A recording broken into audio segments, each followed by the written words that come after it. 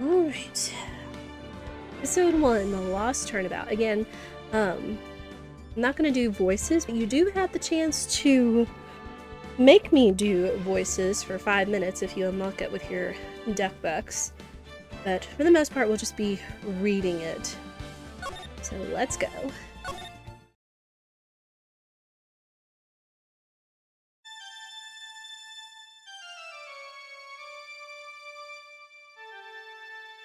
Alright, who got a hold of an organ?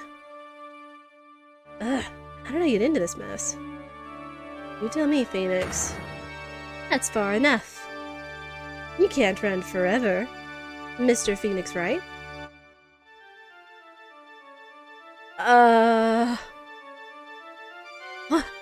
What have I done wrong? I cannot allow you to go on like this. I'm just a simple defense attorney. Silence! You are no longer worthy of your title.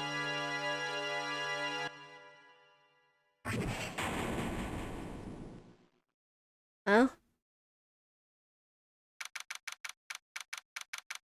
Do we just have a nightmare? I mean, that's a heck of a nightmare if I've ever seen one.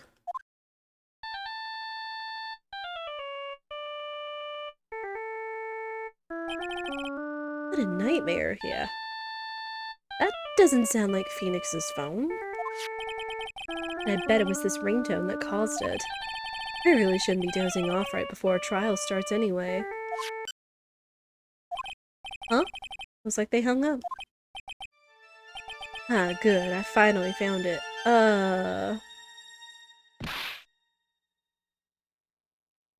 Talk about a close call. I hate to do this to you, but... Nothing personal, Mr. Attorney. Hello? Do we just get knocked out again?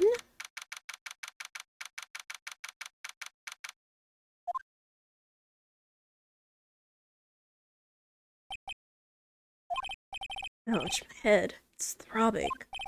And why does it feel so foggy in there? Oh, hello. Good morning. Ah! Good morning. What's wrong? You don't look well. People are at their best first thing in the morning. Where's that fighting spirit? Sorry, but can you please turn the cheeriness down? My head sort of hurts. Roger that. Am I in trouble or something? Huh? Trouble? Wait, never mind. You're a policewoman, right? I thought maybe I had done something wrong. What are you talking about? I'm the one in trouble. What? I'm placing my life in your hands today, Mr. Phoenix, right? Life in my hands? You promised me. You said you approved that I was not guilty. Not guilty? Uh-oh. Oh, no. Just when I thought all hope was lost, when all the other lawyers had laughed me off. Leave it to me, you said. You, the one and only Phoenix Wright, came to save the day. And just like that, I was moved to tears, sir. I'll never forget what you're doing for me, ever. What is this girl babbling on about? Actually, I really love to watch court proceedings, and I always root for you to win. When I'm off duty, I like to come here and... What's wrong? You've been acting really strange and you keep staring at me. You're making me kind of nervous, sir. Oh, sorry. I'm afraid to ask, but here goes. So, this might sound bad, but, who are you? What? Mr. Wright, how can you say that? How can you do this to the fragile heart of a girl about to go on trial? You're absolutely horrible. No, I mean, I didn't mean it like that. Is this how a defense attorney treats his clients, sir? I can't believe this. No, it's just, well, I think you have the wrong person. Yes,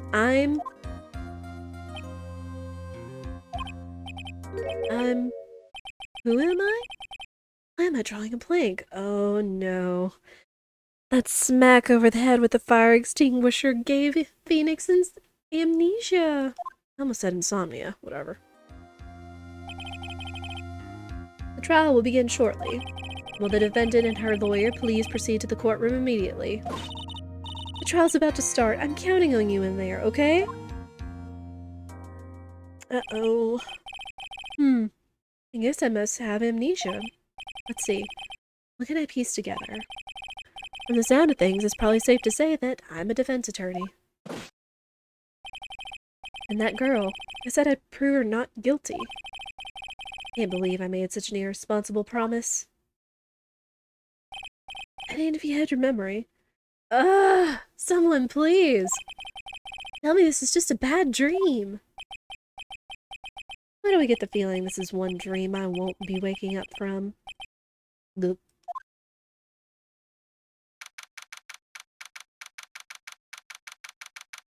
I don't know, but here goes.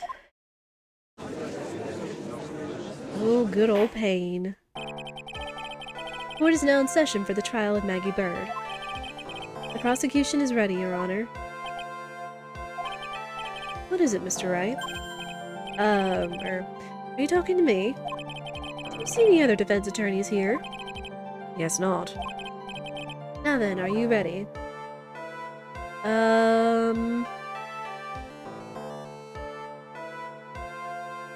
No? What if I said no? Would that be alright? Of course it wouldn't. Then why bother asking to begin with? Actually, you see, Your Honor, my memory is kind of... The court will not hear the defense's excuses. Because the defendant is a member of the police, this case is under great scrutiny. Therefore, we must make this trial fair but swift. I believe I've told you this before. I hope you're not telling me you've forgotten. Actually, I have. What a way to introduce a tutorial. Mr. Payne, your opening statement, please. Yes, Your Honor. As I'm sure you're well aware, the defendant is accused of killing her lover. What's worse, her lover was a fellow police officer. Policeman? You did what to a policeman? It wasn't me. And besides, Dustin and I, we weren't lovers like that. In any case, the prosecution will prove that the guilty party is none other than the defendant. Very well. Mr. Payne, please call your first witness. It's been a while, Mr. Wright. Let's see what you've learned since last time. I won't show any mercy this time, rookie. We're still a rookie? Okay. And who are you again? Prosecution calls Detective Dick Gumshoe to the stand. Here we go. Don't let me down, Mr. Wright. Nowhere to hide. I'm so dead. Oh, good old Gumshoe. Witness, please state your name and occupation. My name is Dick Gumshoe, sir. I'm the detective in charge of homicides down at the precinct, sir. You don't look very well, detective. Well, sir, the defendant, she works under me, so you know. You work under that detective? Yes, sir. And while I was a trainee, he was always watching out for me, sir. He's such a wonderful guy, sir. I'll never forget what he's done for me. Okay, calm down. I believe you.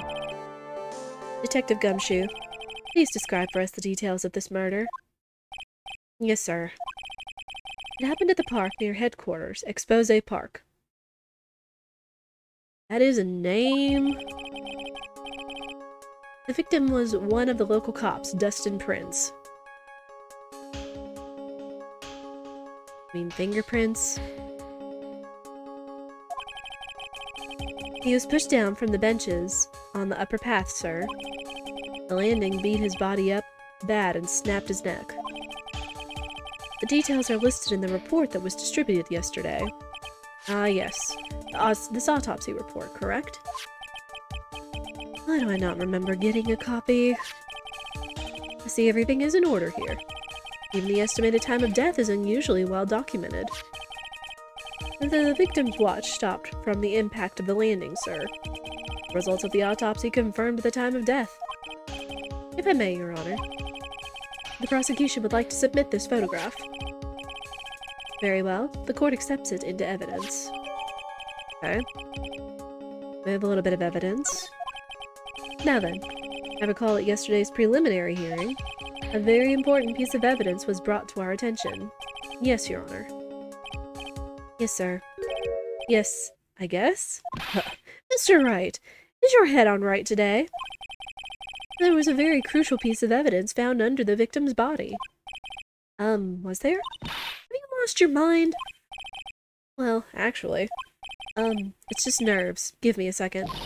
What? How can you talk like such an amateur? I thought you were a pro, sir. Alright, sir. I'll help you through this. At a time like this, maybe you ought to take a glance at the court record. Court record? Yep. Info about evidence and people involved with this case are all listed there, sir. You can look the court record by pressing tab. Tab, huh? You really know what you're talking about, don't you?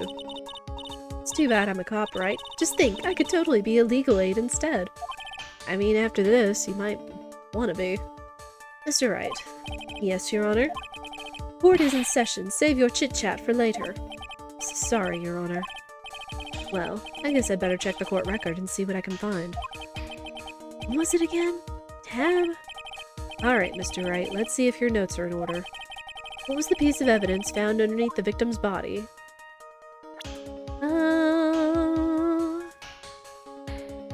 Let's see, my attorney's badge.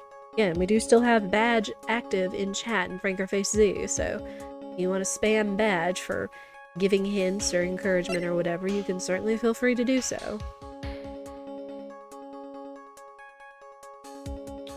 Still have her cell phone, but... Oof.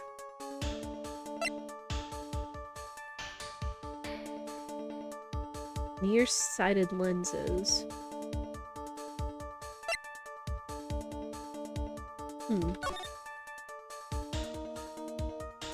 Photo.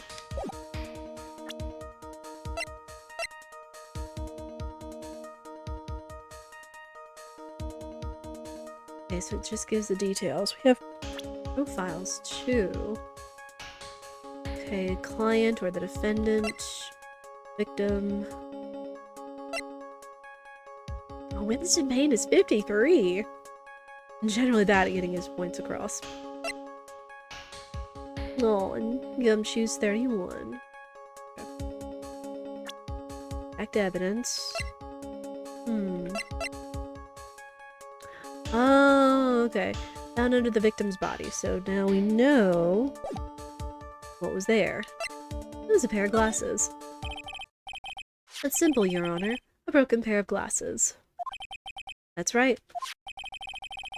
The victim grabbed his killer's glasses as he was being shoved, sir, and held onto them as he fell.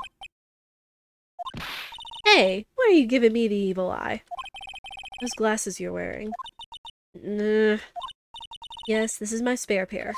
But these glasses they found at the scene aren't mine. Are not mine, I swear, sir. You sure about that? Look, it was a coincidence that on that same day I accidentally stepped on mine. A coincidence, she says. Ugh. Your Honor, I have further evidence to present. Oh, you have more? And this evidence is very decisive. Oh dear.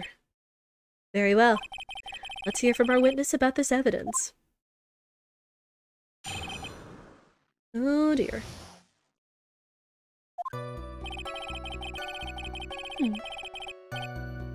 We get some new courtroom music, okay.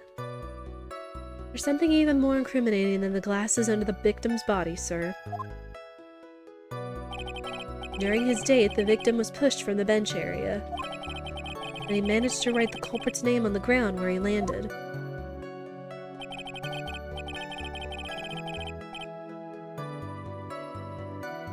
I don't like saying it, but it was clearly the defendant's name, Maggie, sir.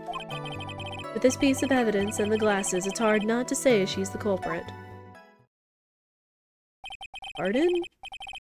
This is a picture of the writing, Your Honor. Why, this is... Yes, I can see her name is clearly written here. The prosecution would like to submit this picture. Understood. The court accepts it into evidence. Something's off about this. As if the glasses alone didn't make you suspicious. The victim even wrote your name clear as day on the ground. But I already told you, those glasses aren't mine. And how do you explain his dying message? It's a conspiracy. I'm not guilty, sir. Mr. Wright, you may cross-examine the witness. Cross-examine? This is it. I'm counting on you. Sure, but what am I supposed to do? What? This isn't like you at all. Normally, this is the part where you get in the witnesses' faces. Get in their faces and do what? I guess there's no way around it. Okay, I'm going to lend you a hand. Prosecution's witnesses all hide things from the court, which means they lie from time to time. Lie? But isn't that detective your superior? Well, even if they don't mean to lie, sometimes people just remember things wrong. Like that detective. He does sort of look like a scatterbrain. Oh, good old Gumshoe. It doesn't matter. Either way, it's bad for us, sir. That's why when you question witnesses, you have to find and expose their lies. Okay. Mr. Wright, your cross-examination, please. Yes, Your Honor. Talk about trial by fire. Here goes nothing. As long as I can expose the lies, we should be alright.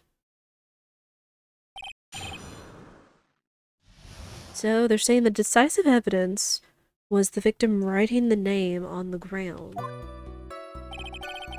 There's something even more incriminating than the glasses under the victim's body. Hold on. Start with the old tried and true. Press everything. About those glasses. Do you have any proof that those belong to my client? The lenses are for nearsightedness and are almost the same strength as hers. Even the frames look kind of like the ones she was wearing in her ID, pal. What do I do now? Keep pressing. Hold it. Almost and kinda are not good enough in a case like this. Do you have more definitive proof? There's something that clearly links the defendant with those glasses? The dirt and sand rubbed out any traces of fingerprints or anything else. So what you're saying, detective, is that you have nothing that proves those glasses are my client's. Something like that. What? I see. So there is no proof. Wow, that was amazing. I could totally feel it down in my gut. Okay. Push from the bench. We press on, chat. Now, you're sure he was pushed and that's how he fell? Yeah, pal. If you look at the wounds on the victim's body, there's no way it was anything else. Please continue with your testimony, detective. Anyway, the victim fell pretty far.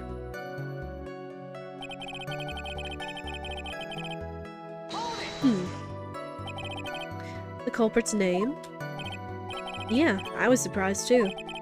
I didn't want to believe it, but was the name that of my client?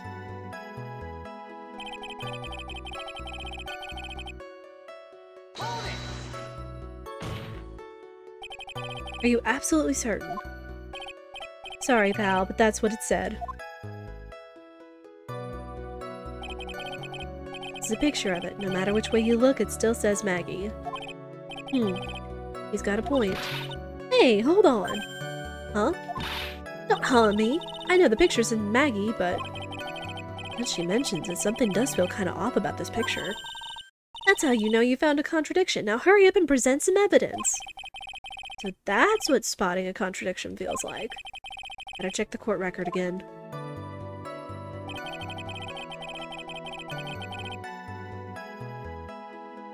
Hold on. Hold the phone.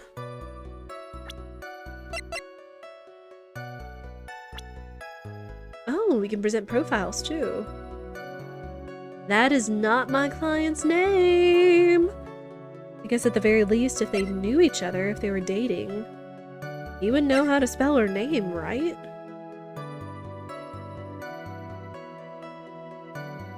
Okay. Got it. Still got it.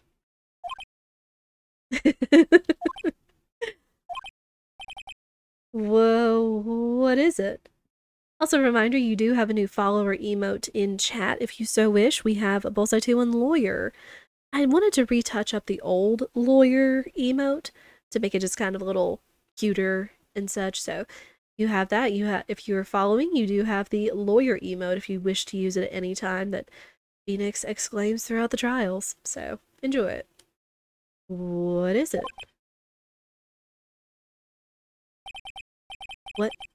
What's come over me? Without thinking, I just blurted out objection.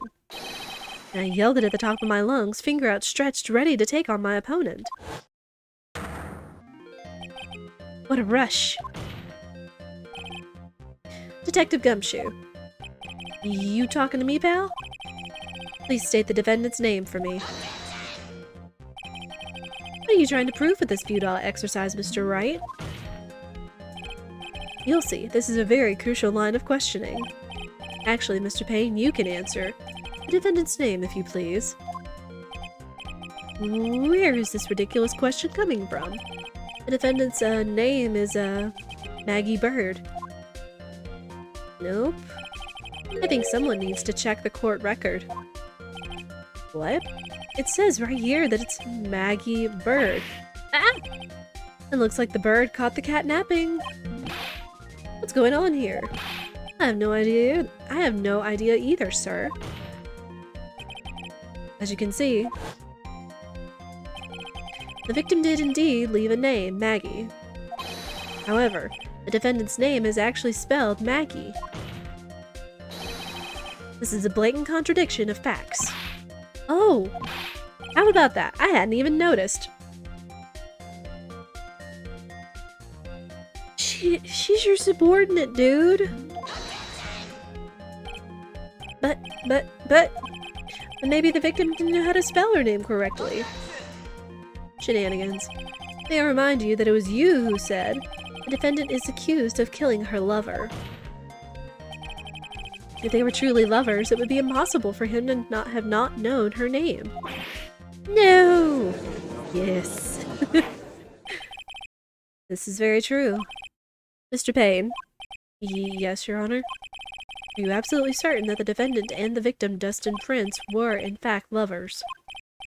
Yes, I'm quite certain, Your Honor. They were a well-known couple in the police force. Detective Gumshoe, please testify for the court the relationship between the victim and the defendant. Yes, sir.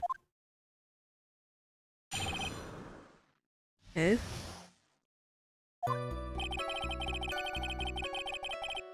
Officer Prince and Officer Bird had been going out for about half a year. It sounded like they were even talking about marriage. The day of the incident just happened to be the victim's birthday, sir. Maggie, Officer Bird, had gotten Officer Prince a present. It was something she had bought over 2 months ago. I should know because she came to me to ask what she should get for him. Oh, those two sound like they were close. In 6 months? Nevertheless, tragedy struck. Yes, I see. You may cross-examine the witness, Mr. Wright.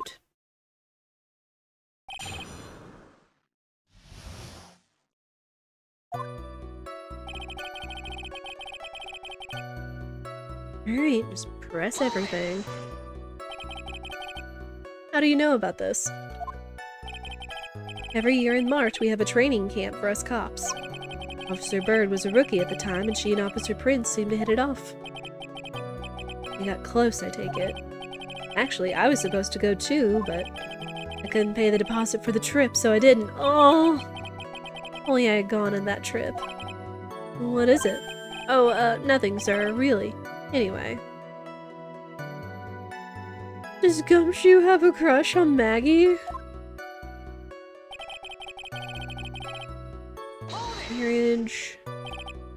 Marriage? Wasn't the victim 8 years older than her? What, you saying a guy's gotta marry someone the same age as himself, pal? No, that's not what I meant at all. Detective Gumshoe and Dustin were only a year apart, you know. Ugh.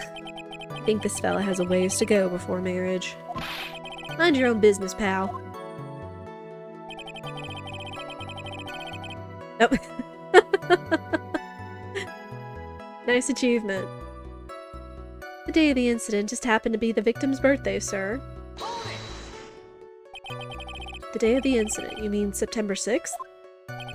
Yeah. The victim, Officer Prince, had just gotten off duty at 5:30 p.m. that day. And since Maggie's night shift hadn't started yet, they went to the park for a bit. I remember when I was young and in love. Oh, it was a jolly time. That's great, Your Honor. I'm glad you're such a cheerful old man.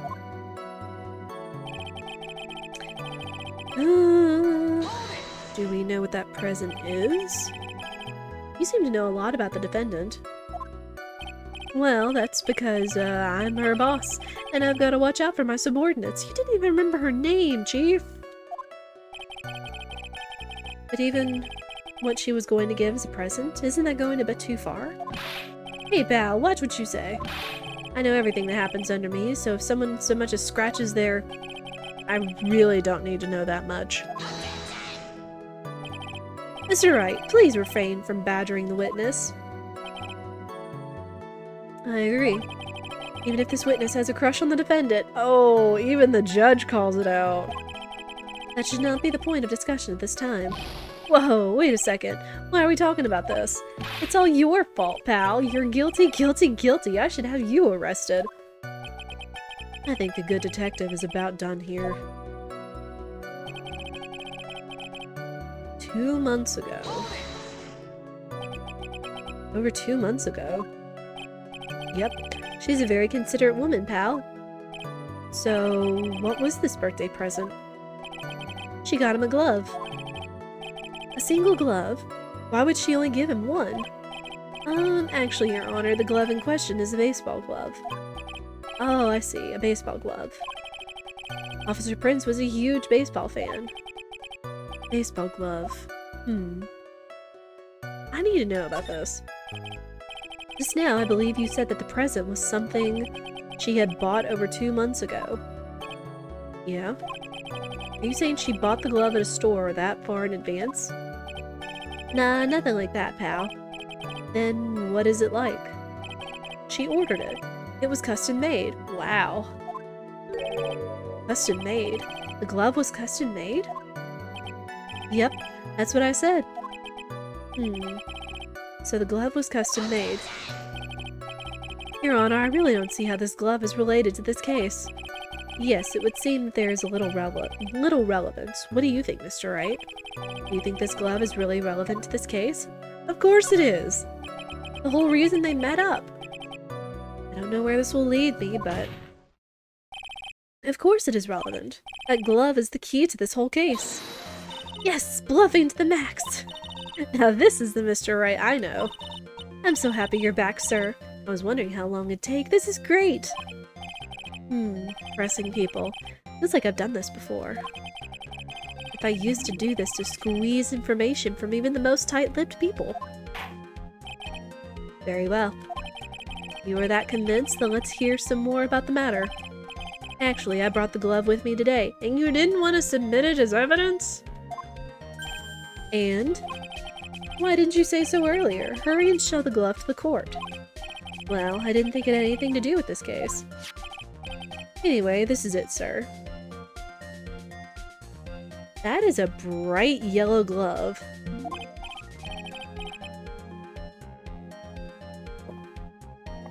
Rather yellow, isn't it? Yeah, I guess if you had to have a baseball glove made the color of yellow, it would have to be made in advance. Whew. Excuse me, chat. Right, we have the glove.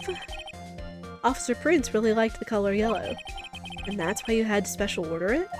Yep, that's right. That and one other reason. I think this court has heard enough. It is clear that the victim and the defendant were involved with each other. Yes, that's correct, Your Honor. Now, that is true, it brings up an important question. The motive? Was the name Maggie really written by the victim? Ah. I see your point, Your Honor. Detective Gumshoe, please tell the court a little more about the name on the ground. Yes, sir.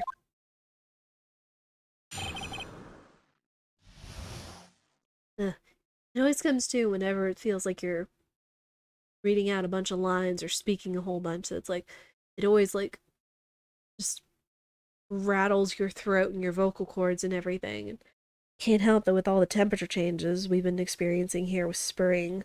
It's like it was like in the 70s and the 80s, but then all of a sudden it stormed Saturday night and dropped it back down into like the 40s and the 50s and the 60s. So it's like, ugh. Plus all the allergens in the air just messes with my sinuses. Anyone else felt like that? We first looked in the handwriting. Unfortunately. Excuse me. Unfortunately, we couldn't confirm that it was the victim's handwriting. Next, we checked the victim's pointer finger. We found that there was sand trapped under the victim's fingernail. There were also scratches on his skin that were caused by him writing on the ground. From this, we could confirm that the victim wrote the name with his right hand.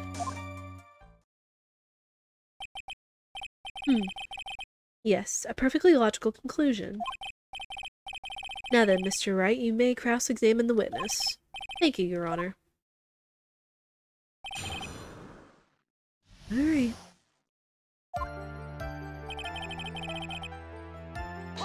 Okay. Can you really determine handwriting based on a sample written in the sand? This is why amateurs are amateurs. We're not a bunch of simpletons, pal. Scientific investigation in this country is actually pretty good. I believe it's time to get back to the real point. Agreed, Your Honor. So, what was the result of the investigation?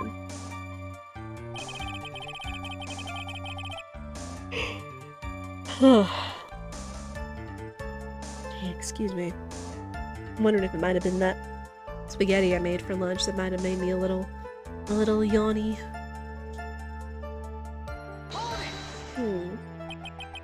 So in the end, you couldn't confirm it? Hey, don't you look down on us. I told you, we're not a bunch of simpletons, pal.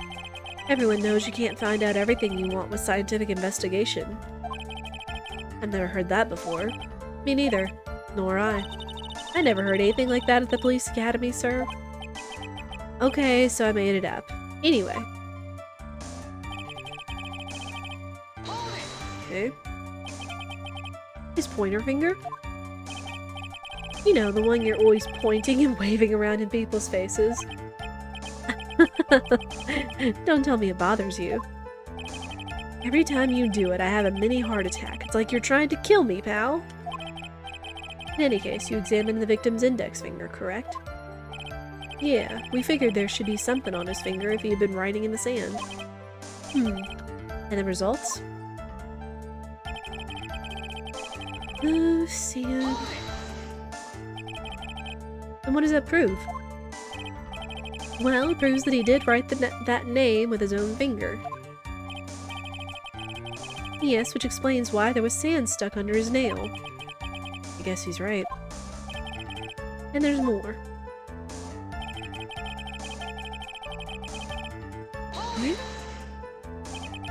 Scratches on his skin. Yep, you can't see them with your naked eye, but they're there. That is incredible. Sure is, that's the power of scientific investigation.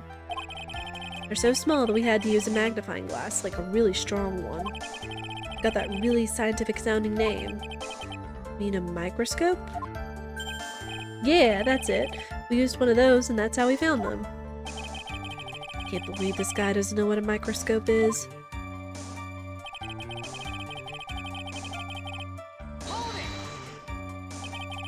Are you absolutely sure? I believe in the power of science. I wonder if my evidence is solid enough to counter with. Listening to this, you would think there was only one conclusion. That the name was definitely written by the victim. But don't you think that would be really strange, sir? If Dustin really wrote that message with his right hand, do you think I would have gone through that much trouble to get him his present? Present, what about it? Hmm.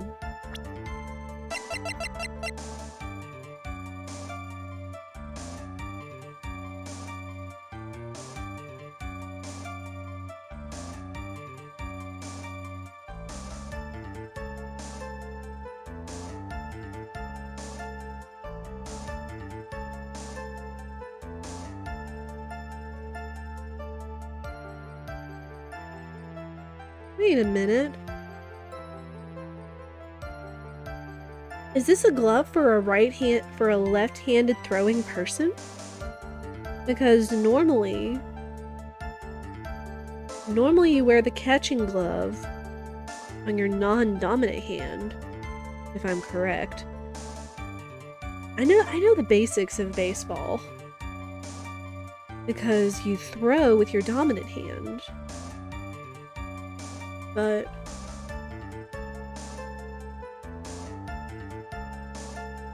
this looks like it was made for a right-handed catcher, and they would throw with their left hand.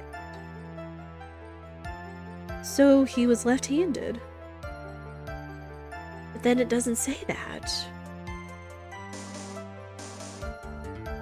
So not only was it custom made because it was yellow, but because it was made for a left-handed person. Hmm.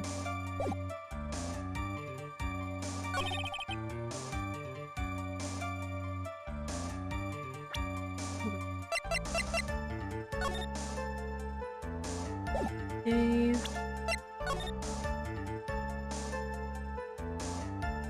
Yeah, that was definitely done with his right hand.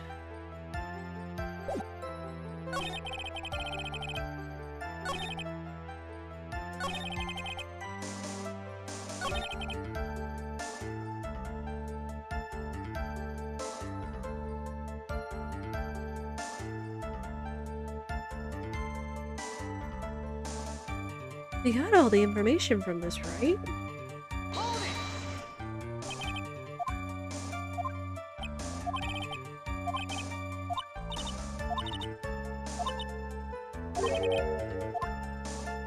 Okay.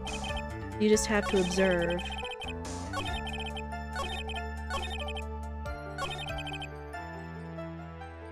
Alright. Let's try it. Okay. Good. Detective Gumshoe, take a look at this. That's the glove, right? Could you tell the court what is special about this glove? It's special, never really thought about it, but, it's really yellow, and that's about it. Yes, it's really yellow, but that is only one of its qualities. Huh? There's another reason why it's special. What would that be? It's very simple. This glove is made for a left-handed person. Okay. Left-handed. Why, you're absolutely right. This glove is made to be worn on the right hand. That is why it had to be custom made. I've never seen a bright yellow left-hander's glove for sale, have you? Well, no. So, Detective, which hand did the victim use to write the name with again? That's easy. Look, it's obvious from this picture that it was his... Wait a second! Don't forget that the victim was left-handed. Ah!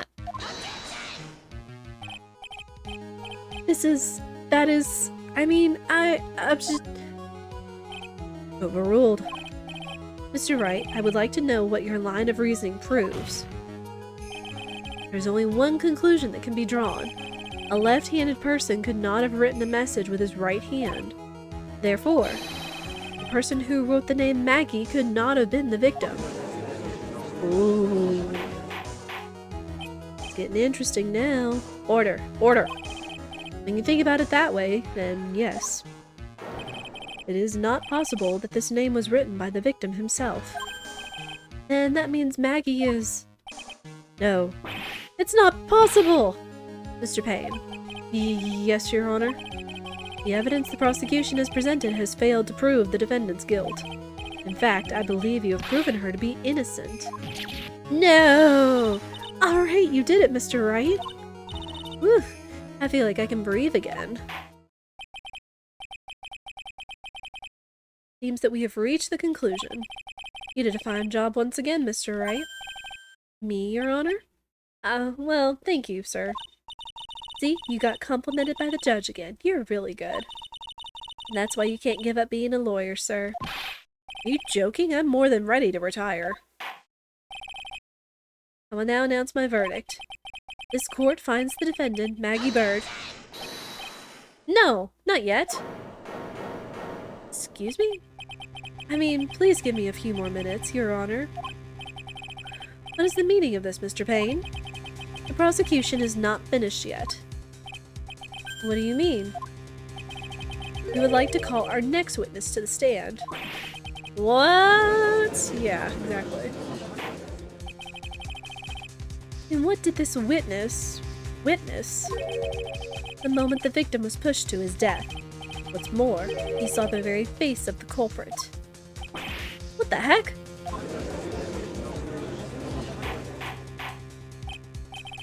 Order. Order in the court. I believe a recess is in order. Afterward, we will hear from this new witness. I had a feeling that was a bit too easy. I need more information. I'll have to see what I can find out during the recess. Can't let my guard down. It's only going to get tougher from here. Court is adjourned for recess. Alright. To be continued. So the first kind of tutorial isn't cut and dry. Alright. Let me go refill my water real quick. I just realized I didn't do that while I was getting ready, so give me just a second.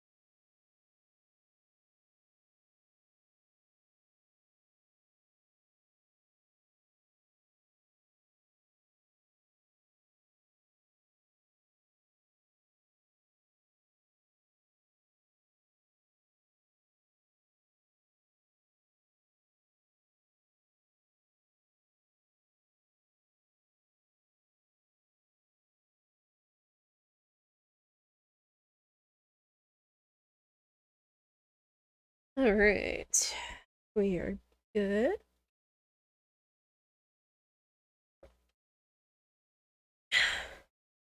It's very important that we stay hydrated through this. Especially when there's a lot of talking going on. Alright. Back in there.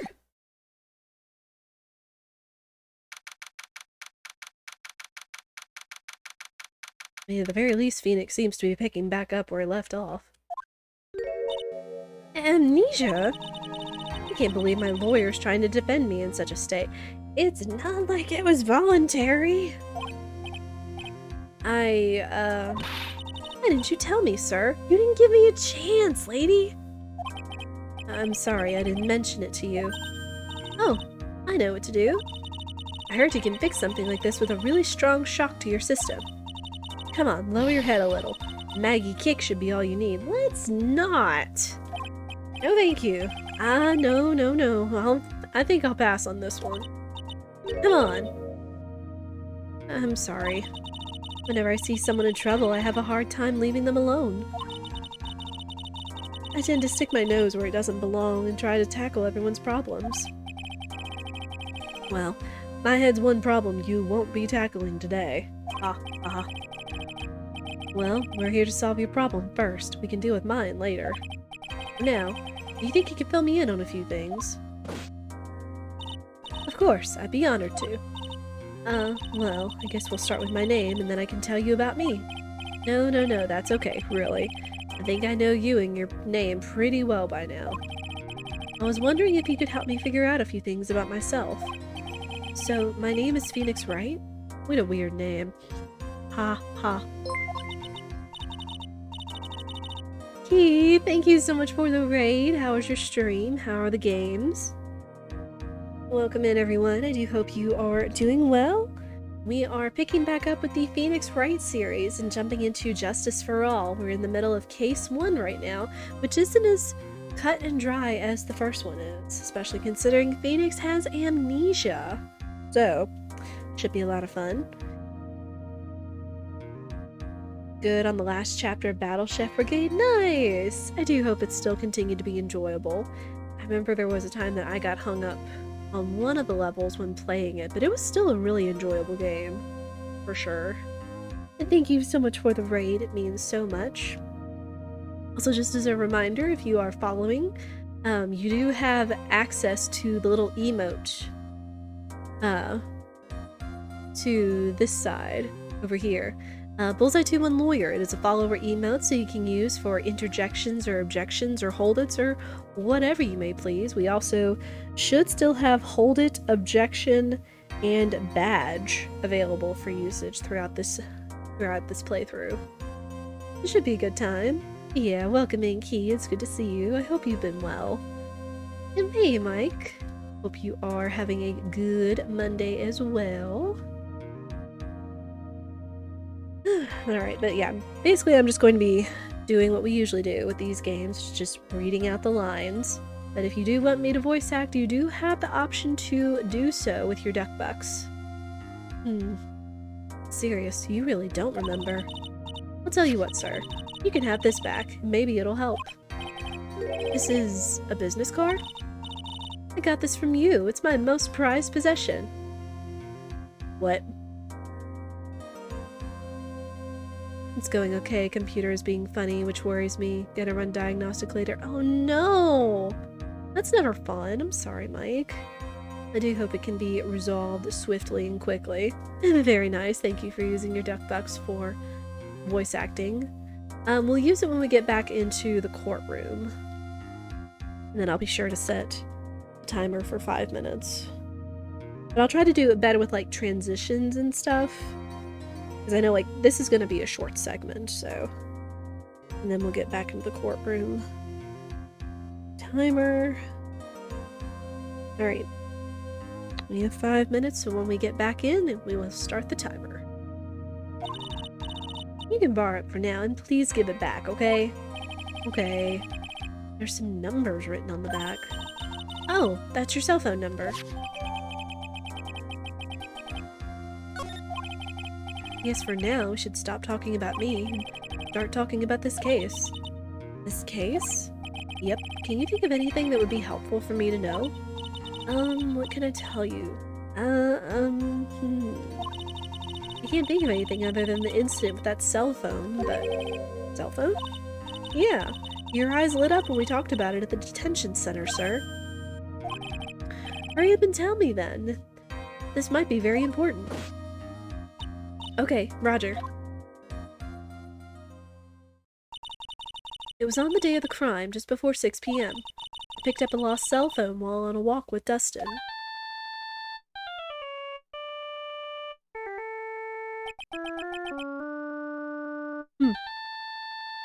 Oh, she's got the blue badger on her shirt. That's cute. Also, that is a ringtone. All of a sudden, the phone began to ring. Hello? Oh, well, thank you. I've been searching for my phone. Is this yours? Oh, I'm glad you called. We can meet up and I can get this back. I'll be right there. I'm sorry, I didn't catch your name. You can call me Maggie.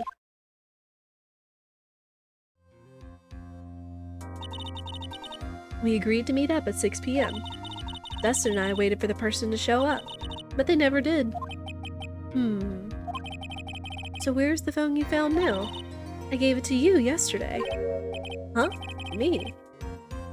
That the phone in my pocket? You mean this? You think it has anything to do with the murder? I don't really know. And if my eyes lit up... Ah, you were here all along! What?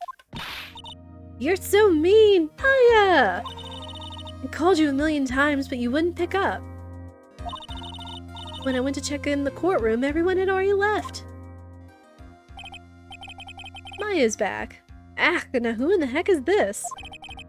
I guess I'm supposed to know this girl too. Hey, good morning, Maggie.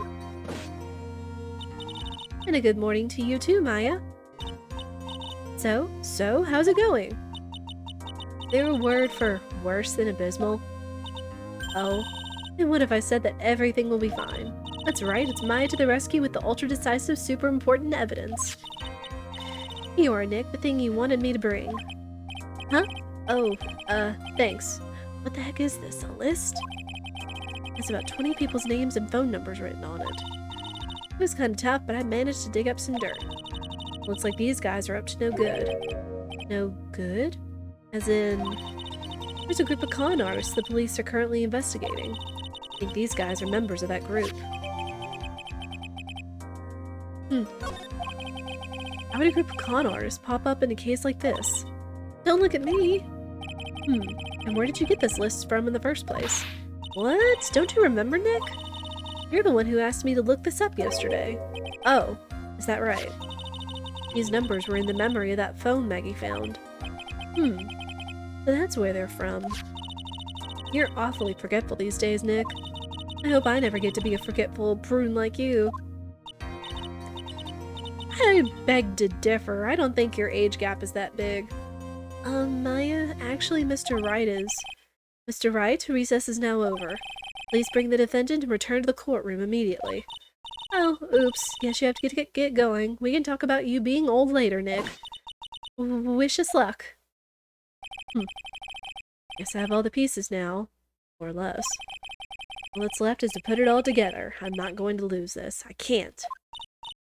Come on, Nick. Better get a move on. Yeah. Alright. Got my timer. Get a sip of water.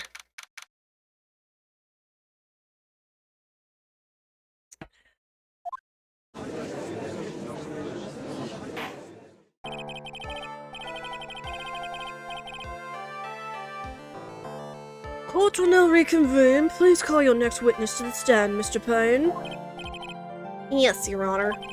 But before I do, if I may say a few words. What is it, Mr. Payne? It's about the next witness. He has a tendency to say things that rub people the wrong way, you see. So I ask that the court might be a little lenient on...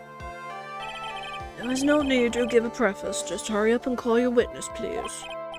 Yes, Your Honor. The prosecution calls its next witness. A drifter who was taking a walk in the park on the day of the murder. Wait a minute. Please state your name for the court, witness. Before I do, I'd like to clarify a little something. Huh? Oh, alright, go ahead. Just now, you introduced my wonderful self to the court, correct? Perhaps as a drifter who was taking a walk? Did I? But I will not stand for that. Now you've tinted the court's eyes and colored me wrongly. Sure, I suppose calling me a university student and just said, oh...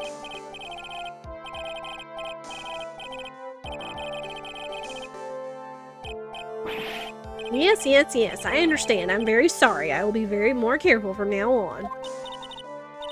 What is he? A human chatterbox? Ugh, I have to question him?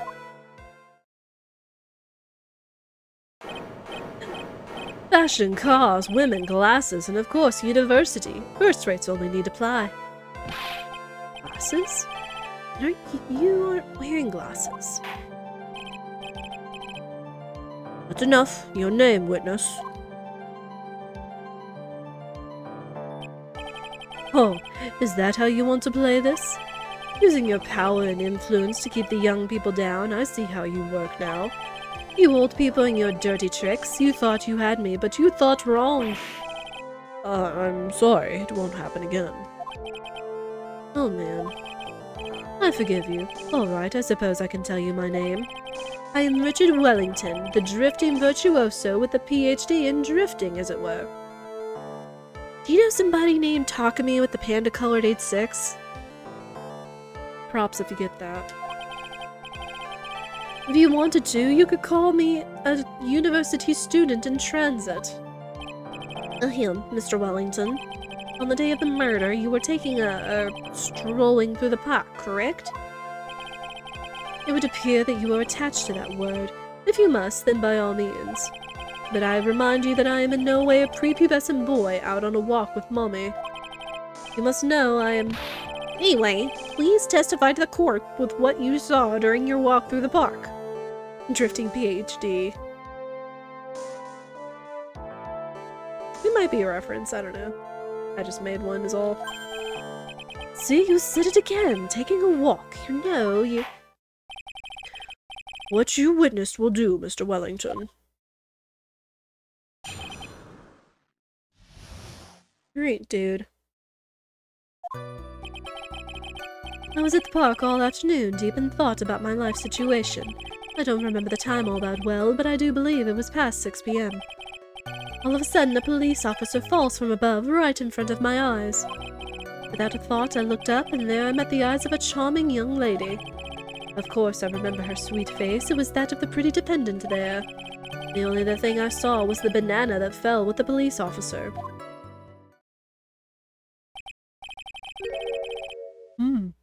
That was certainly divisive testimony. Divisive? Nick, did you hear what he just said?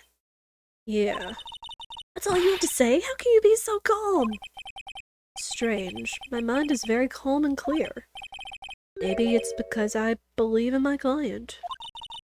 You mean Maggie? Yes, and if she really is innocent, then that's the only can mean one thing. That guy is lying. You may now question the witness, Mr. Wright. I'll find out the truth no matter how well you craft your lies. Alright.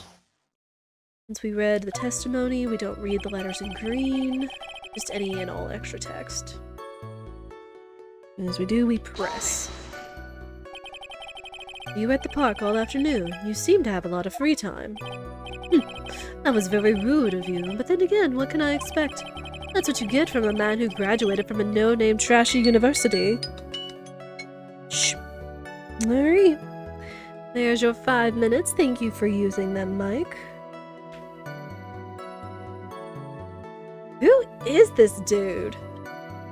Being so freaking pompous. No name. Trashy. Now, this might be hard for a mush-headed, feeble-minded baboon like you, but I have to think very carefully about the future of our great country. I don't think you said you were thinking about which college to go to just now. Oh, please. Which university I go to will directly affect the very future of this country. Always worth it, I'm glad. Arrogant little snot.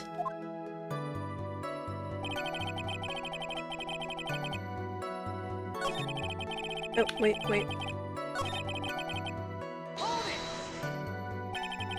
How did you know what time it was? I see you're not wearing a watch, so...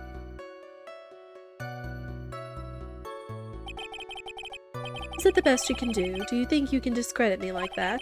You're just a third-rate biased fool. I guess I can't expect real smarts from you. Ugh, his arrogance is really intolerable. What should I do now? Press him harder! Of course! Answer the question. How did you know what time it was?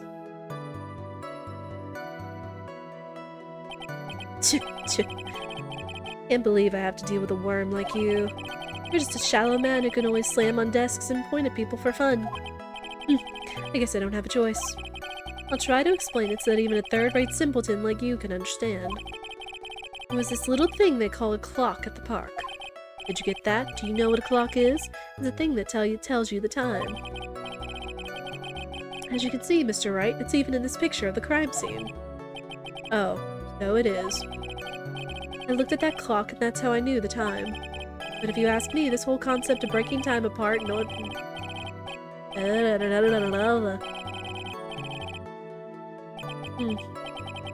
Yet again, another flood of meaningless words. Talk about a first class waste of time. Oh! I feel like you should have said that out loud. In any case.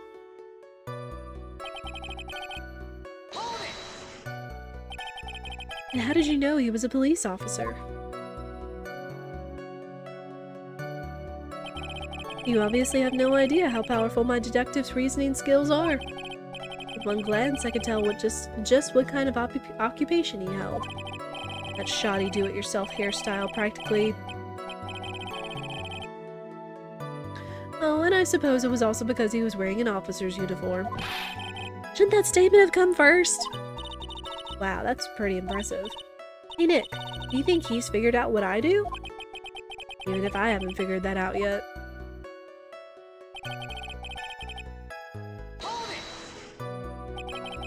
Are you sure you got a good look at her face?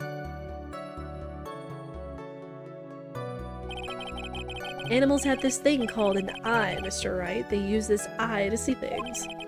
In the case of humans, we have two of them. Yes, even you. I don't care if I have them or not. Did you or did you not get a clear look at her face? That's what the witness was just about to get to. I would like to request that Mr. Wright not use such a loud voice during questioning. Sustained. Mr. Wright, please refrain from raising your voice in this court. And please don't make me have to raise my voice. Are you finished? I'd like to continue if that's alright with you. Of course I remember her sweet face.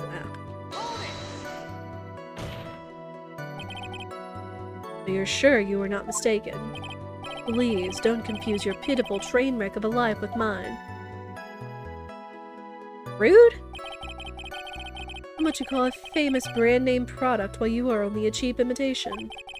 There's no way someone as magnificent as myself could have made a mistake. Of course. Oh, of course. Did you notice anything else of interest, witness? Oh, he's a charmer. Yeah, he's special.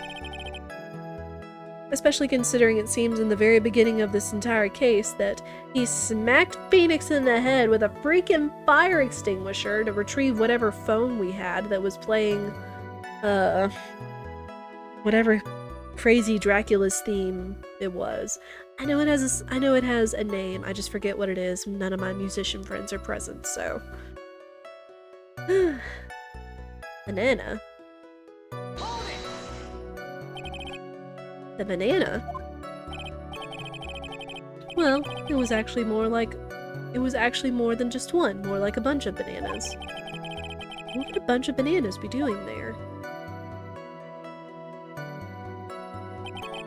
Why would I know such a thing? I'm only telling you what I saw. That's really strange. Maggie never mentioned anything about a bunch of bananas.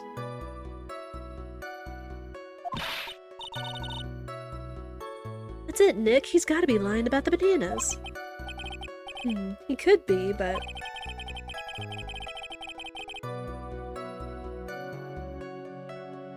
There's no reason for him to lie about there being bananas at the crime scene.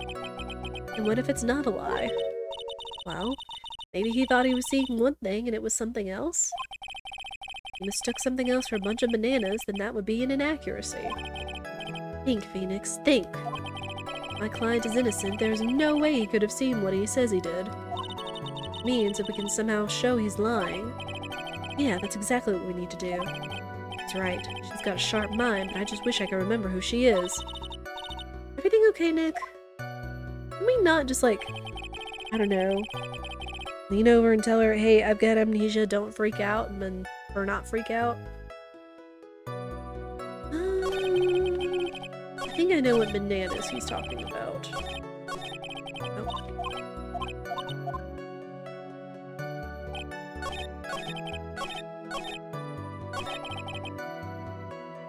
Hey. My nose is so itchy.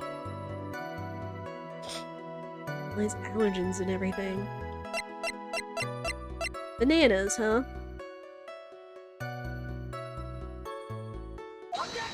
Got him.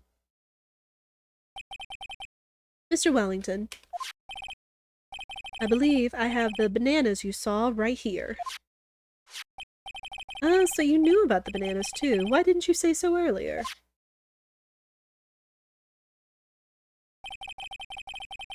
I don't think you can use this as a way to pull more information out of me. That's where you'd be wrong. Mr. Wright, what is the meaning of this? Isn't that the baseball glove? Oh, he's sweating. Huh? What? A baseball glove? Doesn't it look delicious? Care for a bite? That's not... It's a... No!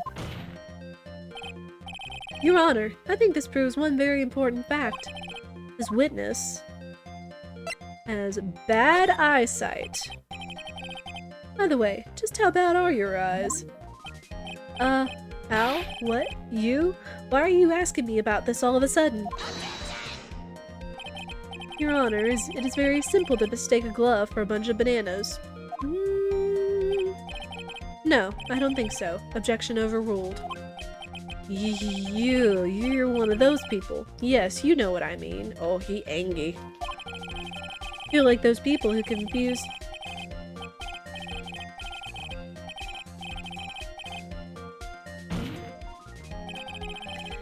And that is why I asked you how bad your eyesight is. They're both 20 out of 200. I suppose you're going to tell me that's terrible, right?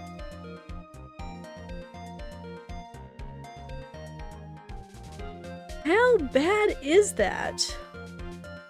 I know I've had my eyes tested in the past, but I forget it's been years since I've been to see anybody because I have decent vision. It was just the concern of having far-sighted or having nearsightedness. Like, I can see fine, I just can't read things very far in the distance in such a way.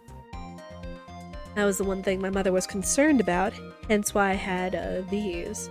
Was mainly for driving at night, which kind of seems counterproductive considering wearing glasses seems to make all the lights of the cars and stuff like refract and make it harder to see. I don't know. But I am not sure how bad 20 out of 200 is. I do know that I think they say like what 20/20 is perfect. 20 out of 15 is like good far sight or something? I forget. Yes, 20 out of 200 is the threshold for legally blind. Oh no. Why are you not wearing your glasses today then?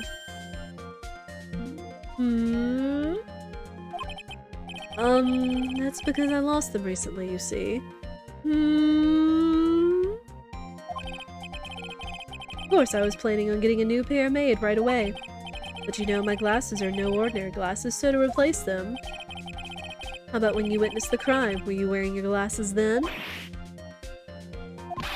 How about it, witness? You are an unrelenting evil man. You're like those people who rejected Joan of Arc and put her to death. She was brave and courageous, only thought by horrible people, and while she knew anything wrong, she was still burned at the... Which boils down to you were not wearing your glasses at that time.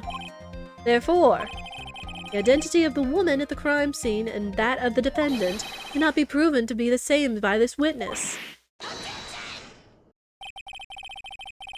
But the height difference was only 9 feet. Ah, okay. I'll find a good place to put that in, Mike, promise. It was very possible for him to see the face of the culprit standing on the upper path.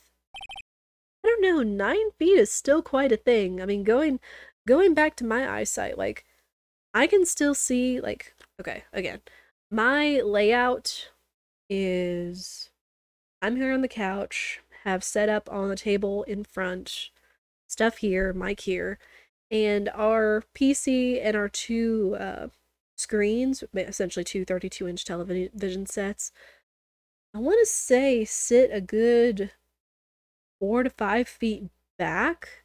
So I can still read, but sometimes even with a chat over here, a little bit is sometimes a little difficult to be like completely clear. And then even our marriage license hanging on the wall, a foot behind everything, I can't really make out the script on it as much. least the fine script, so 9 feet is a difference, let alone, like, 4 or 5 feet, so I would argue that that's bogus. Please be more accurate in your testimony. Remember, a person's life is at stake. Yes, Your Honor. Now then, please continue with your testimony. Please tell the court what happened next in the moments after you witnessed the crime.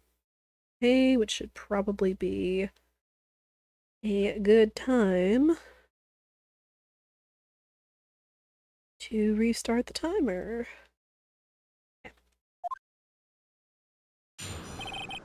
Alright, what happened next? The girl on the upper path ran away as soon as she realized I was there. After that, I immediately called the police station to report the crime. It must have been 6:45 p.m. when I made the call. They must have a lot of free time on their hands since they showed up within 10 minutes.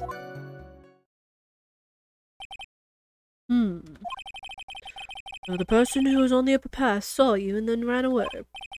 Yes, that is correct. Which is why even someone with a superior brain like mine can understand that. That girl is the murderer. You question the witness now, Mr. Wright.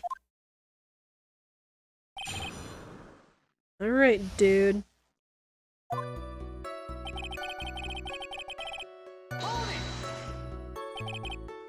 She ran away, just like that.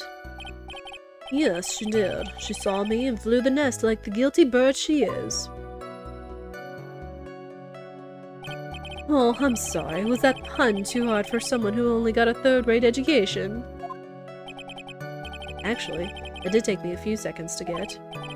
Anyway, if she ran away the instant she saw you, how could you tell it was my client?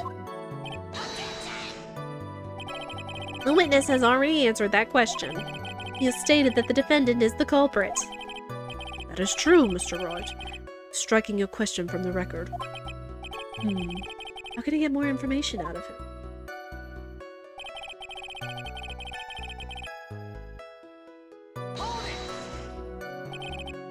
Immediately? As in immediately. I mean, sure, a minute might have elapsed before I did, but it's the duty of every good citizen, or did they not teach you that at your pitiful school? You think people learn about how to call the police in college? Hey, Nick, I think you should take a look at the court record for a second.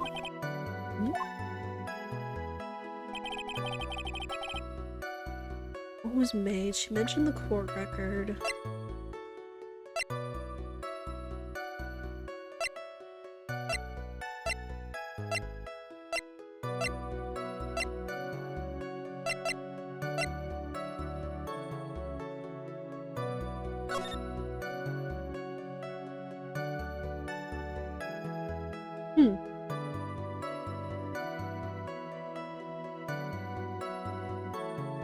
There's the clock. There's a phone booth. All that.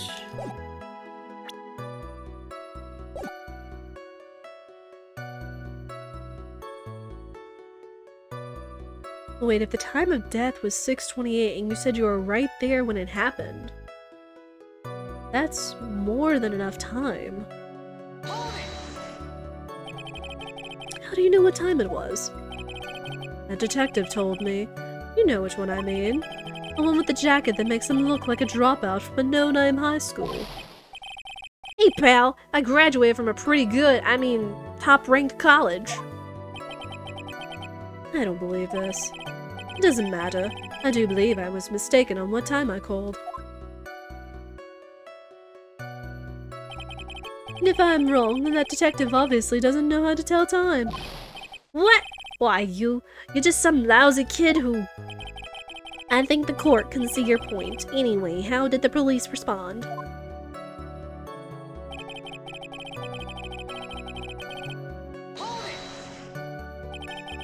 So you're saying that there were police on the scene by 7 p.m.? They got there before that, I think. There usually aren't many people in that area at that time of day. But suddenly, before I knew it, there were people crawling all over, gawking. It certainly says something about the morals of the people in this country. Can't find anything out of this ordinary in his testimony. Why don't you take one more look at the court record? Yeah, I guess I should. Okay. I don't know, immediately in 6:45.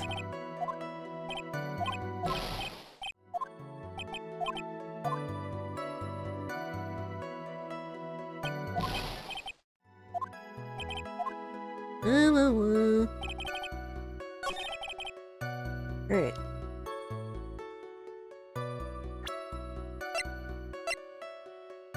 $6:28, you made the call at 6:45.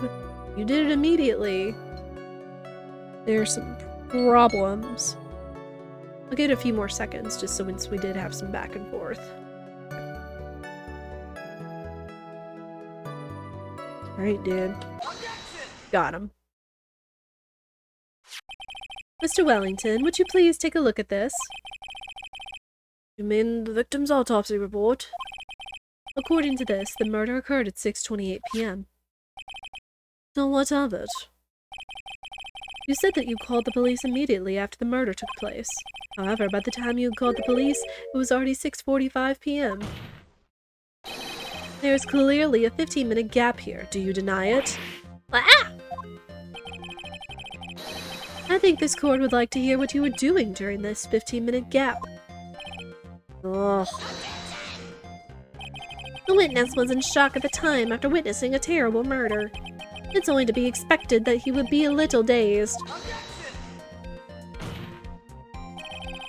15 minutes is hardly what I would call a little dazed. What? Mr. Wellington? Yes? Explain yourself. What were you doing during those 15 minutes? Answer the question. Telephone. I mean... Spit it out! I was searching for a phone booth. Phone booth? You mean you don't have a cell phone? You and your questions as if you're trying to open all the layers of a Matryoshka doll. You must think you're really something special. Witness. I lost my cell phone there. Are you happy? You lost it? Unbelievable. You'd lose your glasses and your cell phone. You must be very scatterbrained when it comes to your belongings. What do you say? The first-rate people are never allowed to lose things? Have you ever heard that all geniuses have a strange quirk or two? So by that rational, I my own quick, think simple, plain, like think. Enough! Oh man, oh man. Wait, hold on a second. He lost his cell phone? Nick, that cell phone, could it be? You mean this phone that Maggie found? There's no way. Boy, I didn't see this coming. Never see it. Never mind. What should I do now? Question him further! Mr. Wellington, where's your cell phone right now? We'll finish this out. What are you getting all excited about? You seem to be a little confused. I found my phone, I'll have you know. See, here it is. Oh, I see. Looks like he got his phone. And I thought that just might be... And I thought that just maybe this was his. Well then, I think we've cleared this issue up. At the time of the murder, the witness did not have his cell phone because he had lost it. Therefore, the delay in his call was caused by his search for a phone booth. Why, though? Well, that's the gist of it. I guess you could put it that way and leave it at that. Do you have any further questions, Mr. Wright? Here's something. Your Honor, the witness's testimony does not make any sense. I don't believe that there was ever a need for the witness to search for a phone. How dare you? You can't make outrageous claims like that. You do have some sort of proof, don't you? Well, yeah, of course. Evidence should be good enough, I think. What? Let's have this proof then. Please present proof that the witness had no need to search for a public phone booth. You already know.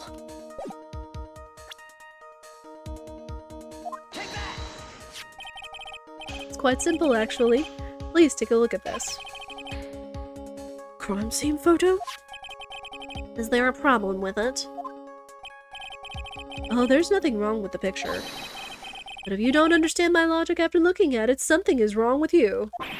No! It's a phone booth. That is correct. All the defendant had to do was walk 3 steps. Mr. Wellington, why did you not use the phone that was right in front of you? Ugh! Order! Order! What does reporting the crime a little late prove for the defense? The witness can't explain what he was doing for those 15 minutes. That is reason enough to throw suspicion on his testimony. Yes, this is very true. What do you have to say for yourself, witness? I bet this phone really is his, Nick. He must have killed Dustin to get his phone back. Maggie said that she was going to return it to him. So there was no reason for him to kill for it. And on top of that, we still have the phone she found anyway. And he wasn't looking for his cell phone. Maybe he was looking for something else? Was he? You're right. Yes, Your Honor. Do you have any thoughts you would like to share with the court? You offer an explanation as to what the witness was doing during those 15 minutes. I think I have an idea. There is only one possible explanation. Alright, let's hear your explanation. However, be forewarned that if your explanation is not persuasive, you will be penalized. Think carefully before you present, Mr. Wright. Yes, Your Honor. Oof. I probably shouldn't have said there was only one possibility. Please present to the court the one piece of evidence that will answer the following. Why didn't the witness call the police right away?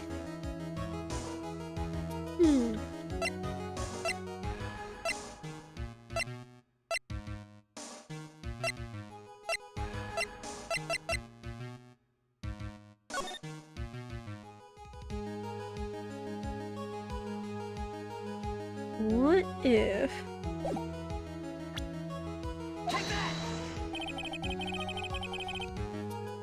Huh? Perhaps this is the evidence you need to be convinced. Perhaps? That was just an idea I thought I'd throw out. I'll suggest that perhaps you should find a better piece of evidence. Yes, of course, Your Honor. Well then. But before you do, you will be penalized. Rats. Ouch. Alright, we're gonna go back to normal reading. My throat is bull. Why didn't the witness call the police right away?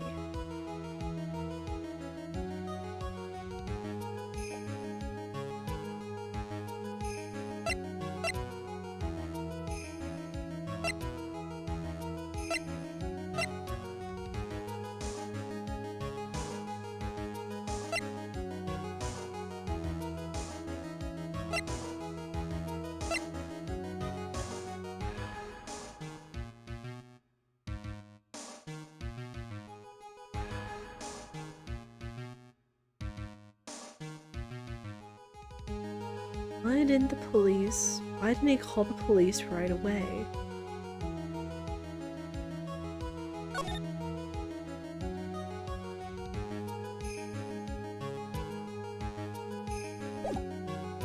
I feel like this is one of those silly things.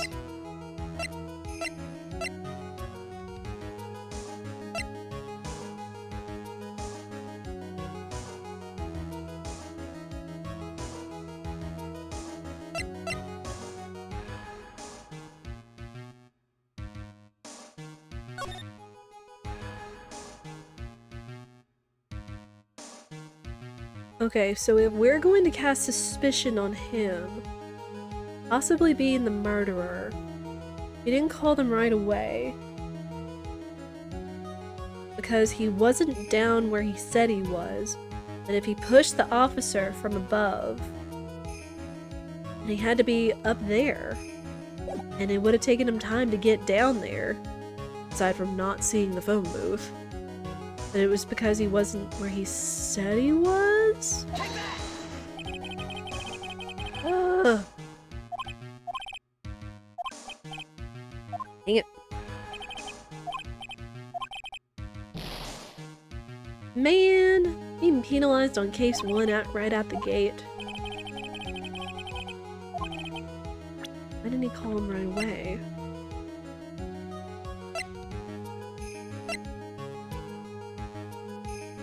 The only thing I can think of is if we're thinking that these are his glasses that he couldn't see?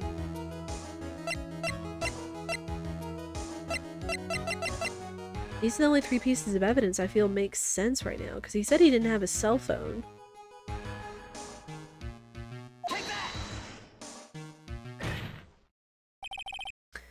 Mr. Wellington. What? Don't do that. You almost gave me a heart attack. These are your glasses, aren't they? Ah, where did you find? Gah! I believe the court all heard what you just confessed to. These glasses are, in fact, yours.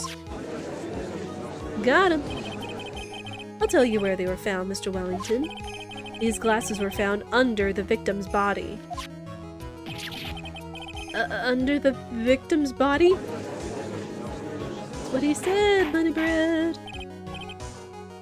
Order. Order? Now, wait a second. Hold on. I didn't confess or confirm anything.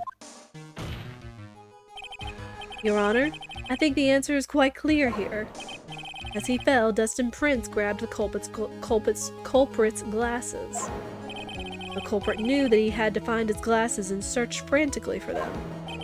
What he didn't realize was that they were under the victim's body. And that is why it took him 15 minutes to make that call.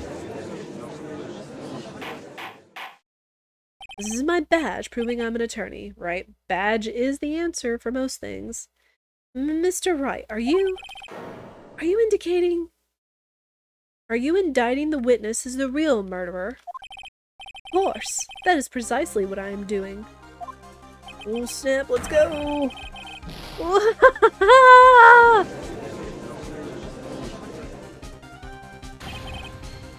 I know I'm right. He is the real murderer. Did you figure it out, Nick? More or less. Turns out the cell phone was the key to this case after all.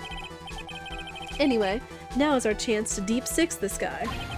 I'll sink him in one shot. Yeah! This is so exciting watching you work again. Somehow my old self is coming back to me.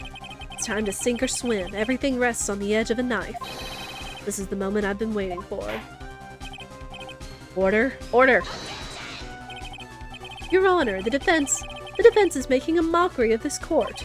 Without any solid ground to stand on, he accuses the witness of being the murderer. Yeah, that's right. I'm no criminal. This third-rate fraud of a lawyer. In that case, why don't we look at it from a different perspective? Let's hear your explanation as to why you are not the murderer. Why, that's easy. For example, there's the name the victim wrote. What about that? Oh, you mean the name Maggie? Yeah, even an idiot like you can read that, right? And we already know that this was not written by the victim himself. After all, the defendant's name is Maggie, and the victim was left-handed.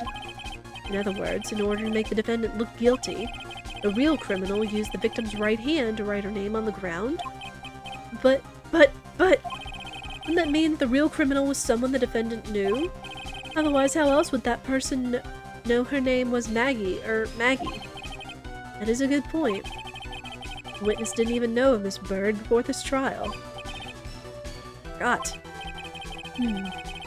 Was there any way this creep could have known Maggie's name beforehand?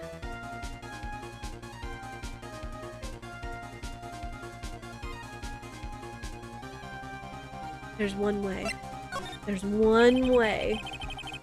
It'd be best if I could prove that the witness had a chance to learn, that the defendant's name was Maggie. Now, will the defendant please present its case? How could the witness have known the defendant's name? Seek a name out. How are you, Death Row? It's good to see you. Taking advantage of Bullseye 2 and Lawyer. Very nice. How could the witness have known the defendant's name? Because he lost his cell phone and Maggie was the one that found it. It's a great emote, by the way. Very adorable. Thank you! I wasn't as pleased with the previous Lawyer or Hold It, so it's like, I want to remake this. I want to make it a little cuter, so I'm glad. Mr. Wellington, you didn't have your cell phone with you on the day of the murder, correct? So what if I didn't? When you realized you had lost it, what did you do? What did I do? Didn't you try to find it by calling it? Why you... How did you... Your Honor, these questions have nothing to do with... Overruled.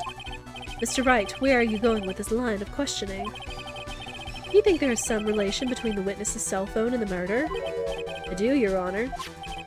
On the day of the murder, Maggie Bird picked up a lost phone in the park. And she also received a phone call from the owner of the phone.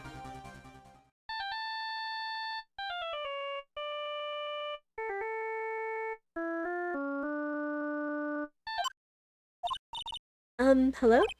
Oh, thank you. I've been searching for my phone. Is this yours?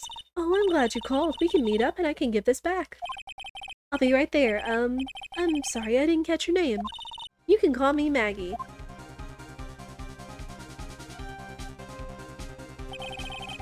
That was when you learned that her name was Maggie. But you made one fatal mistake. Fatal mistake? My client's name is Maggie, but the name that was written on the ground was Maggie, spelled much differently. This is a mistake that could only occur if all you knew was how her name sounded. Yee! Order, order. But, Your Honor, the witness has no motive. And your point is? It's very simple, Your Honor. A person usually would not kill someone without a reason. Mr. Wellington had no reason to kill anyone. That is absolutely correct. I don't have a motive. Mr. Wright? Your Honor? Can you explain what motive this witness could have had? It's very simple, Your Honor.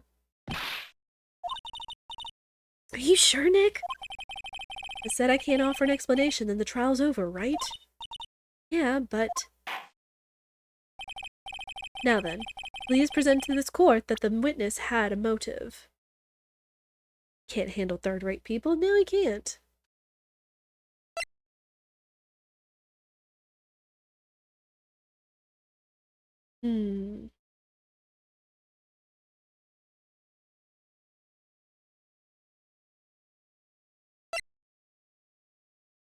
Witness had a motive.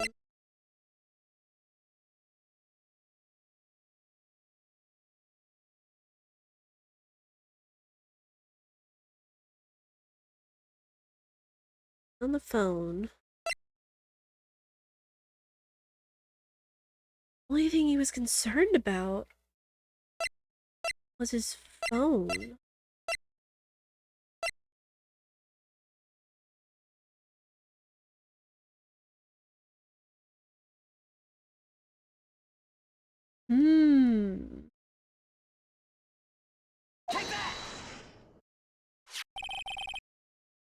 Mr. Wellington's motive is right here. What is this? A list? These phone numbers were pulled from the memory of the phone the defendant found. And we have determined that the people on this list are members of a certain group. You looked up all those numbers? Of course. This list of phone numbers was stored in the cell phone's memory. The names and numbers belong to people who are members of a certain con artist group. What? Con artists? Can you explain why these numbers were on your phone, Mr. Wellington? This is an outrage, an invasion of privacy. Looking up the phone numbers on a person's phone is worse crime than murder. You're one of those people. You're just like the cops who raided that brilliant artist Millionaire Trios, the disruptive genius, and the phone of the goddess. I don't care, Mr. Wellington. All I want is for you to tell us what this list is about. You think any of you know what it's like to be a refined man such as me? Your Honor, that this is unjustified badgering of the witness. Objection overruled. Mr. Wright, what is the meaning of this? Why would the witness have the numbers of a group of con artists on his phone? Isn't that obvious? The witness is a member of that group. Mr. Wellington is a member of this very group. No! All of your friends' phone numbers are stored right here on this phone. If anyone were to look into these phone numbers, it would be all over for you. That is why you had to kill. No! This is too much! That does make quite a bit of sense. Well, Mr. Wellington, would you care to explain? I got you now. That police officer. Your Honor. What is it, Mr. Payne? Your Honor, this is unjustified badgering of the witness. You said the exact same thing only a few seconds ago. Please, let's think about the content of that phone call. So he's got a doctorate in grifting, not drifting. Nailed it. Hello? Oh, thank you. I've been searching for my phone. Is this yours? Oh, I'm glad you called. We can meet up and I can get this back. The defendant had already promised that she would return the phone. After that, all Mr. Wellington had to do was meet Miss Bird to get his phone back. Why, then, would he need to kill anyone? That is a valid point. What does the defense think about this? If you think about it logically, then it makes sense. Then maybe we should be thinking outside the box. Yeah, we think like that. Let's see. Maybe that slime ball saw something at the crime scene that made him commit murder. Your thoughts, Mr. Wright? Well, I don't think Mr. Wellington went to pick up his phone in a very friendly manner. But he was promised his phone, so why would he have been unfriendly to the defendant? I think he must have seen something that didn't agree with him when he got there. Well then, Mr. Wright, what was this something that didn't agree with the witness?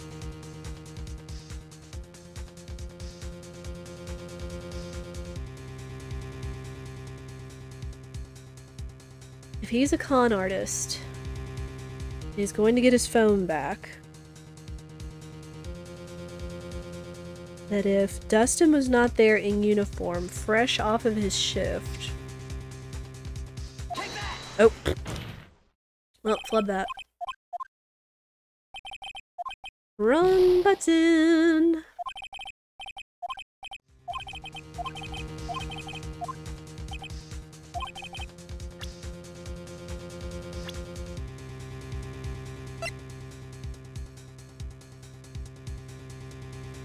This is the only thing I could think that disagreed with him, was that he saw a police officer thinking Maggie had gone to the police to turn in the phone. So, what Mr. Wellington saw was the victim. The victim? You mean Dustin Prince? Dustin Prince had gone on his date right after his shift was over. With no time to change, he went to the park still wearing his police uniform. Oh! The girl that picked up my phone is with a policeman. He couldn't have known they were going out, so he began to worry. He was afraid the policeman would ask a few questions before returning the phone. If anything suspicious, he might run a check on my phone. In his mind, it was possible they had already run a check on the phone. He went into a panic, is what you're saying. Exactly. Officer Prince was murdered simply because he was in uniform. Mr. Payne, do you have any comments? I'm thinking. Seems the truth has come out at last. The witness, Mr. Wellington, you are...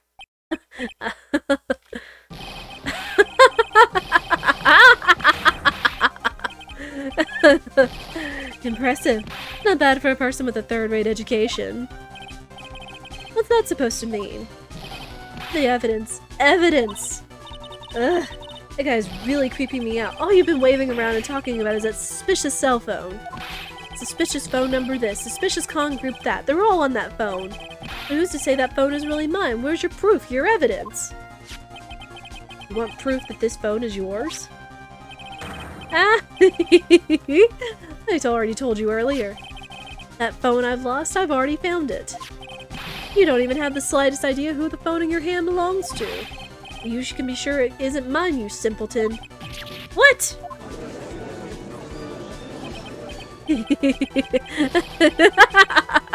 It feels good to see you squirm. We do seem to have a problem on our hands with this phone. Whose phone is it? Without knowing that, it's meaningless as evidence. Your Honor. This is bad. I can't let him turn the tables on me like this. The cell phone. There has to be something I've overlooked. There's got to be. Maybe. You're too good at laughing like that. I mean... I try.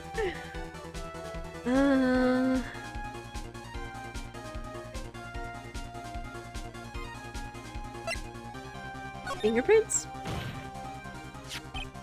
I got it. We should check for fingerprints. Fingerprints? Yes, Your Honor. Mr. Wellington must have left some prints on this phone. Nick, don't you remember? When you got that from Maggie, you wiped it off. I what?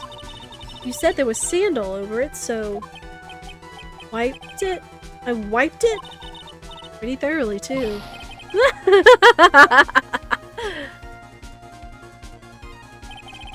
It's oh so much fun, watching third-rate trash babble like morons amongst themselves. He's made a complete recovery. How many times do I have to say this? My phone is right here, you see? Oh, and incidentally, you can't check the number stored on this phone. It must have glitched because all the numbers just magically disappeared. You've got to be joking. He erased all the numbers I was going to use as evidence. Mr. Wellington? What's this? By the tone of your voice, it sounds like you still have some fight left in you. Where did you finally find your cell phone?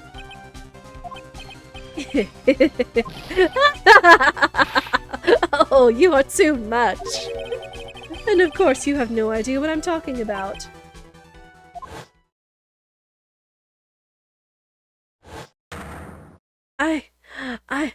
Oh my god, now I remember!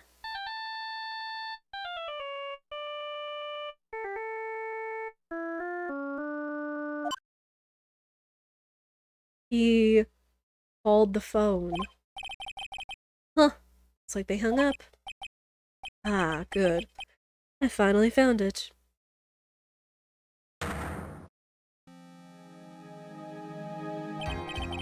So that's when...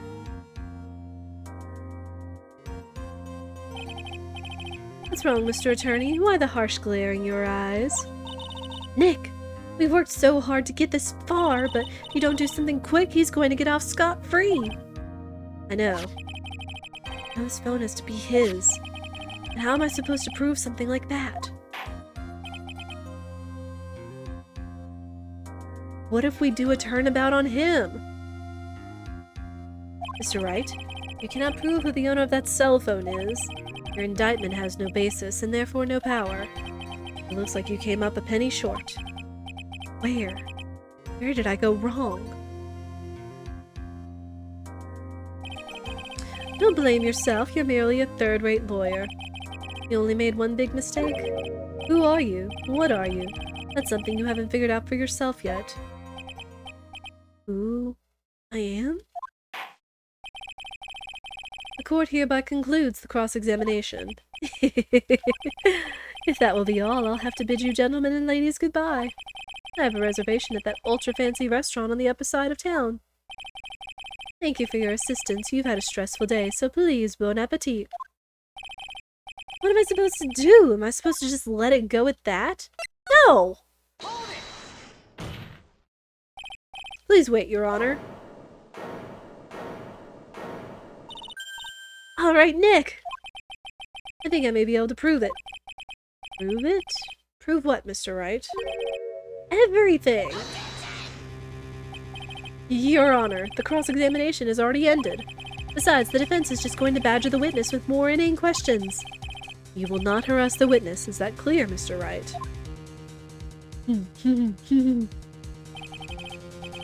Taco Bell.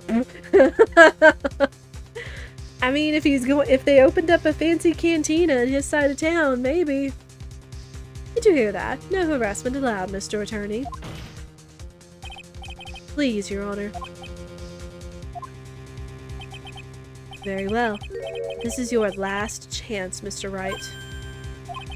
You may present one piece of evidence to the court. You only get one shot at this. Not prove everything. It's over. For your client, and for you. Do you fully understand? Yes, Your Honor. I'm sure you are well aware, Your Honor, but the cross-examination period has ended. Were you paying attention, Mr. Payne? I said that Mr. Wright could present only one more piece of evidence. Oh. Now then, Mr. Wright, this is your last chance. It all comes down to this. It's go time. Please present the one piece of evidence that will explain everything.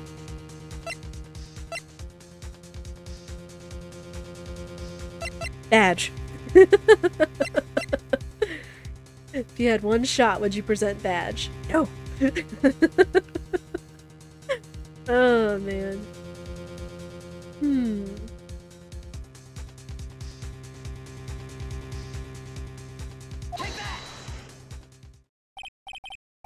Why, thank you. How nice. Here, please have one of mine. Thanks. Wait, what am I doing? This isn't time to be exchanging business cards. Your Honor, there is something very important about that card, and that is the back of the card. This card is important because of what is on the back. You wrote your cell phone number on the back, but that's exactly it. Can you please call this number from your cell phone? Huh? Right now? But court is still in session. It's okay. You'll see. Hey, if you say so. Is the defense preparing something, Mr. Wright? We are going to call my cell phone now. And then the court will see everything for what it is. Of all the idiotic, stupid things to... Here's the old Phoenix cell phone ringtone. And where might it be? Why is my phone? And what is with this stupid sounding ringtone? Mr. Wellington? How strange. I could almost swear that you're holding my phone. You're... Ah! No, it can't be. By the way, before I forget, thank you very much for the lump on my head this morning. Ugh. I don't think I need to explain any further, except to say... When you went to retrieve your cell phone, you mistakenly took the wrong one.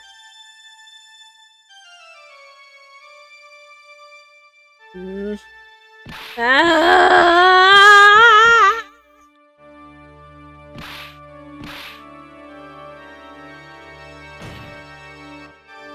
Well, he's out. Hey, Duck, how are you? Good to see you. So that is what happened. You were knocked out by Mr. Wellington. He's a man who lives on his pride and self-image alone. Hence, a grifter and a con artist, as you do. In order to hide his involvement with the con artist group, he's become paranoid and has lost all ability to make rational judgments. Ooh. Then, Mr. Wright, the phone you're holding. It's Mr. Wellington's, naturally. Speaking of that man, how is he, Mr. Payne? He was arrested and has been taken away, Your Honor. Good. Getting over sickness you've had the last couple of days. Oh, I do hope you're feeling better and continue to make a speedy recovery, Doc. Man, what is it about, like, this last month or so that, like, everybody's been coming down with something, myself included? I mean, I still feel like I've got a little bit of a tickle from all the sinus allergens and temperature changes and everything after getting over a sinus infection last month myself, so I do hope you feel better. But I do appreciate you being here nonetheless. Very well.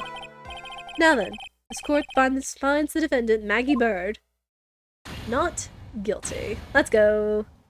Heck yeah. I know apparently everyone has it here. Dang. That is all. This court is adjourned.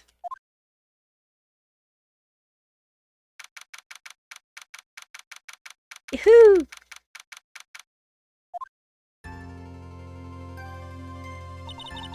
I knew that the real you would have shined through eventually.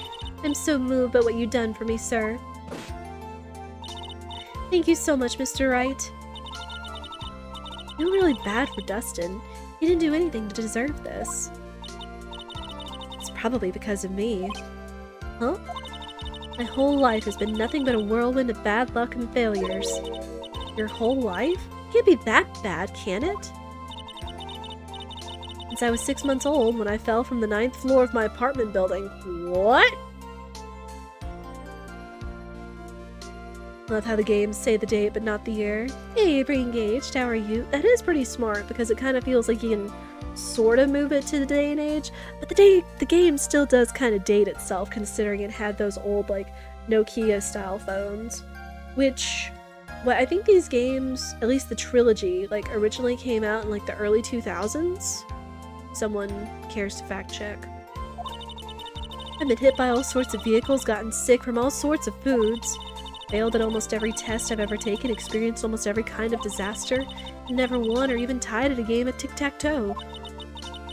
My life has really been nothing but a string of disasters. That is, pretty bad. Up until I went to college, I was known as the goddess of misfortune. And then at the academy, everyone called me Lady Luckless. Lady Luckless? What's worse is that my misfortune always seems to latch on to those around me. What do you mean? When I see someone in trouble, I always try to help. Ah, that's right, you were talking about this earlier. Happened again recently too, sir. There was an old lady pacing back and forth by the pedestrian crosswalk. I gave her my hand, and before I knew it, we were having dinner at my house. Oh? I'm sure that Dustin's gone because of me. That's not true! The glove didn't even have any sort of special meaning. It was just a present to say thanks for covering one of my night shifts. Oh, I see. Everything is all my fault. Dustin's death, your head being all messed up. Well, I don't think my head is that messed up yet. I'm going to find a new life for myself starting now. The next time we meet, I'm sure I'll have found a whole ocean's worth of good luck by then, sir. Yeah, after all, the goddess of misfortune is only a name. You bet. I'm gonna make it. I promise. Next time we meet, I'll be an unlucky person instead of a goddess. Yeah, that's the spirit. Well, Mr. Wright, Maya, I should get going. Okay, good luck to you. Thanks. You take care of yourselves too.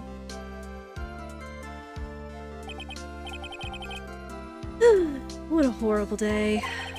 I've gotten my memory back, but things are still a little fuzzy. But you're okay, and that's what counts. You really have me worried. Come on, let's go back to the office.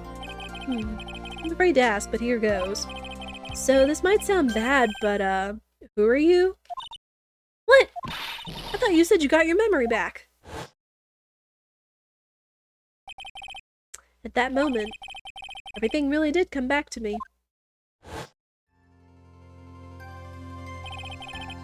Detective Gumshoe.